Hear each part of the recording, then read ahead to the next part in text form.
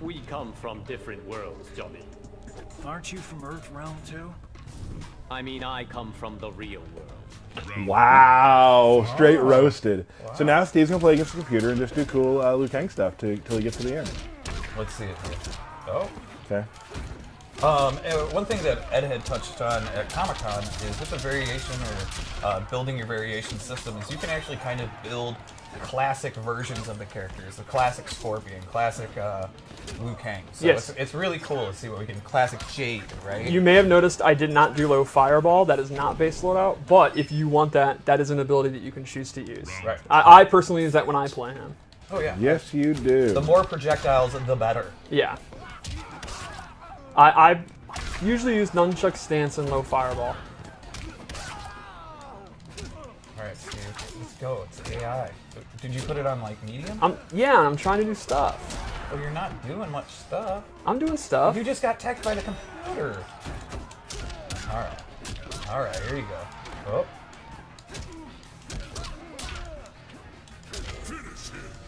Alright. Don't mess us up.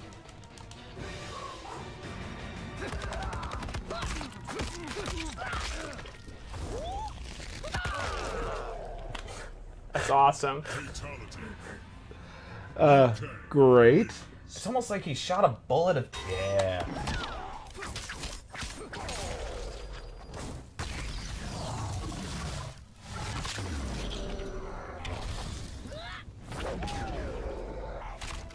Big new thing is his nunchucks are back. Ooh. He actually had those in the 3D games, and I always thought it was really cool. And they are back. He uses them in some of his combos, his throws. Let's do the other one, because it's super cool.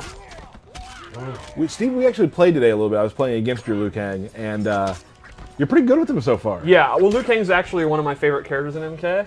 Which surprised me. I didn't know that. And he's, I don't know if this is true for this for MK11, but he's just generally simple to play with yes. a lot of payoff. And that's definitely true. So, gosh.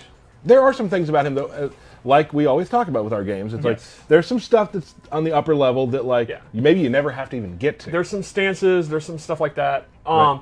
So he doesn't always use his nunchucks. I wouldn't call him a weapons character. It more kind of complements it. He still has his martial arts moves, which still look super cool. Liu Kang's always had some of my favorite kicks in our games. Absolutely. Yeah. I'm a huge fan of that. The stomp. Shaolin stomp. Bam. I'm excited to see more people as people get their hands on the game, using those hop maneuvers more often. Yeah. Because they're some of my favorite things to do, and sometimes like when you actually just fake a wake up and do a short hop, and people are waiting for the wake up, you can get the overhead sometimes if they're ducking low. So his base loadout for special moves is exactly what you'd expect it to be. It's straight up classic Mortal Kombat 2. He has a really good fireball. You can amplify it, and it's super fast, good damage. Flying kick's back. It's flying kick. Yeah, it's what you expect. The amplified is sort of new. He does this cool flip. It's a great combo ender. It's a great check from full screen. It actually has a crushing blow on it with a pretty unique requirement. So what you have to do is you have to hit an air fireball from full screen at max distance. Oh, that's awesome. You convert it like that, you get the crushing blow. I'm gonna get that every time. That actually, as a Liu Kang player, something will probably happen quite a bit. It is. Yeah, it's kind of. It sounds like you have to do this, this, and this, but it's something that you naturally do since like MK3. Air fireballs with Liu Kang. It's what you do, right? Like bite kicks back, and it's actually been changed up a little. The meter burn one, he does multiple, and then this is what really makes me happy. We're about to just do my favorite thing about Liu Kang. You just double it and just do it for 100 pushing years. it to the corner. That's awesome. Yeah, it is. And then once you're in the corner, you're in Liu Kang's territory. Right. Yeah, I definitely think Liu Kang excels there. Now there is there's a crushing blow with the bicycle kick. Yes, this one is actually after 3 meter burns. 3? Yeah, you have to meter burn it 3 times. Not in a row. You just have to do it 3 times. In a match. Yeah, in a match. I gotta get my stamina back. Look at this. Show us some swaggy combos, by the way. You got swaggy combos? There's no meter. Yeah. All right. So then the 3rd time. Wait, I didn't meter burn. So now I have it loaded. I've done 3. Now the next time I do regular, it'll go into the crushing blow. So it's interesting that it's actually the regular one that does it, but you have to do the amplified one 3 times before you can get it. Well, because you have no meter anymore. Right. Exactly. So let's go over the loadout I made here. Now, just so everyone knows, There'll be 2 loadouts per character today. Yes. Because we're doing 3 characters and we want to... We got to cruise through We don't want man. to keep everybody on watching us all day because there's also beta to play. Right. So the first move I gave him is his Shaolin parry. It behaves as you'd expect from a parry. It'll beat mids and highs. He'll knock you away. The cool thing is he can actually amplify it, and he gets a pop-up. Oh, you should have gone to the bicycle kick, man. Yeah. Oh, just get put in the corner. Now, the reason I wanted to show this is it also has a really cool crushing blow requirement. It's if you parry a wake-up attack. Oh. Ooh. Oh, that is cool. Just a 1-inch punch. Yep. That's awesome. Yeah. And one thing that's It's neat, a lot of damage, too. and it's kind of rare with crushing blows, is it's before the amplified, and you can actually still amplify it. Oh, no, you can't. Woo! So that is a good amount of damage. You told me not to say Hema damage, so I won't. Yeah, because no one knows what Hema means. But Can if we say hella? yeah, sure. Okay, Yeah. yeah, I would describe that as Shaolin hella damage. Hella damage. And but you are, you're using some of your crushing blows right there. Yes. Yeah. And remember, you can only use the crushing blow once per game. So even if you read that they're going to do wake up attack and you're going to win anyway, you actually don't want to use it. Yep. The second thing I gave him in this loadout is his fire buff. You turn this on and it increases the damage for all of his attacks, and it sets up a second ability that I equipped, which is his teleport. This is a brand new move. Ooh. He'll warp behind them, and this actually has different versions. For example, he can drop down if you hold up and do an overhead. It's a super quick overhead.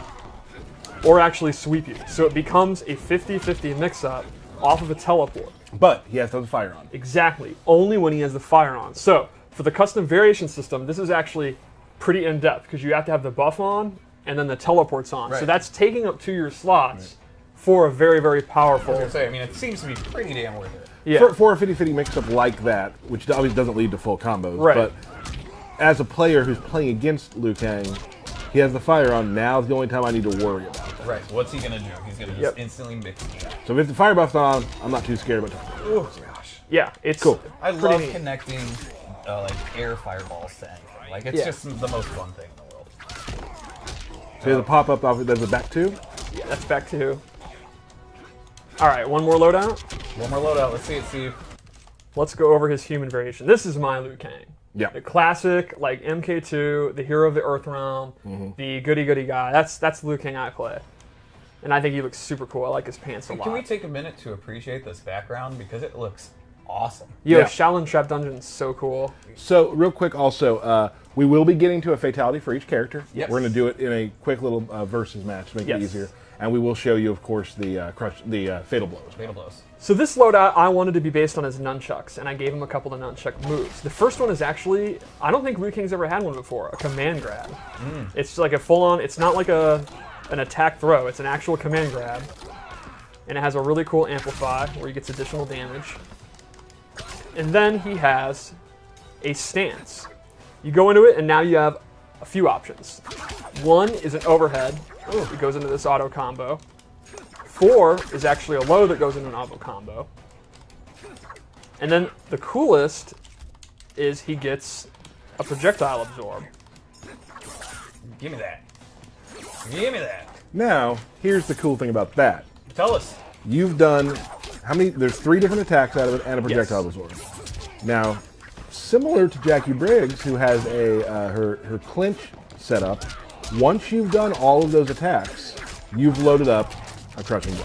Wow, it's like you guys practiced that. Yeah. That was really good. So when you're fighting Liu Kang in this stance, you have to keep track of which moves he's done. And that means he also has to successfully absorb a projectile.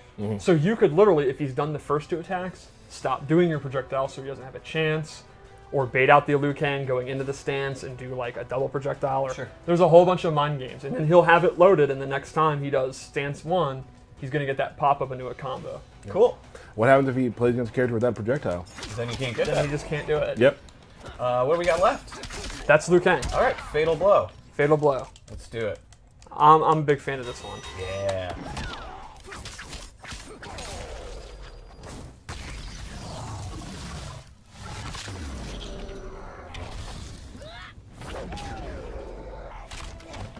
Pretty awesome.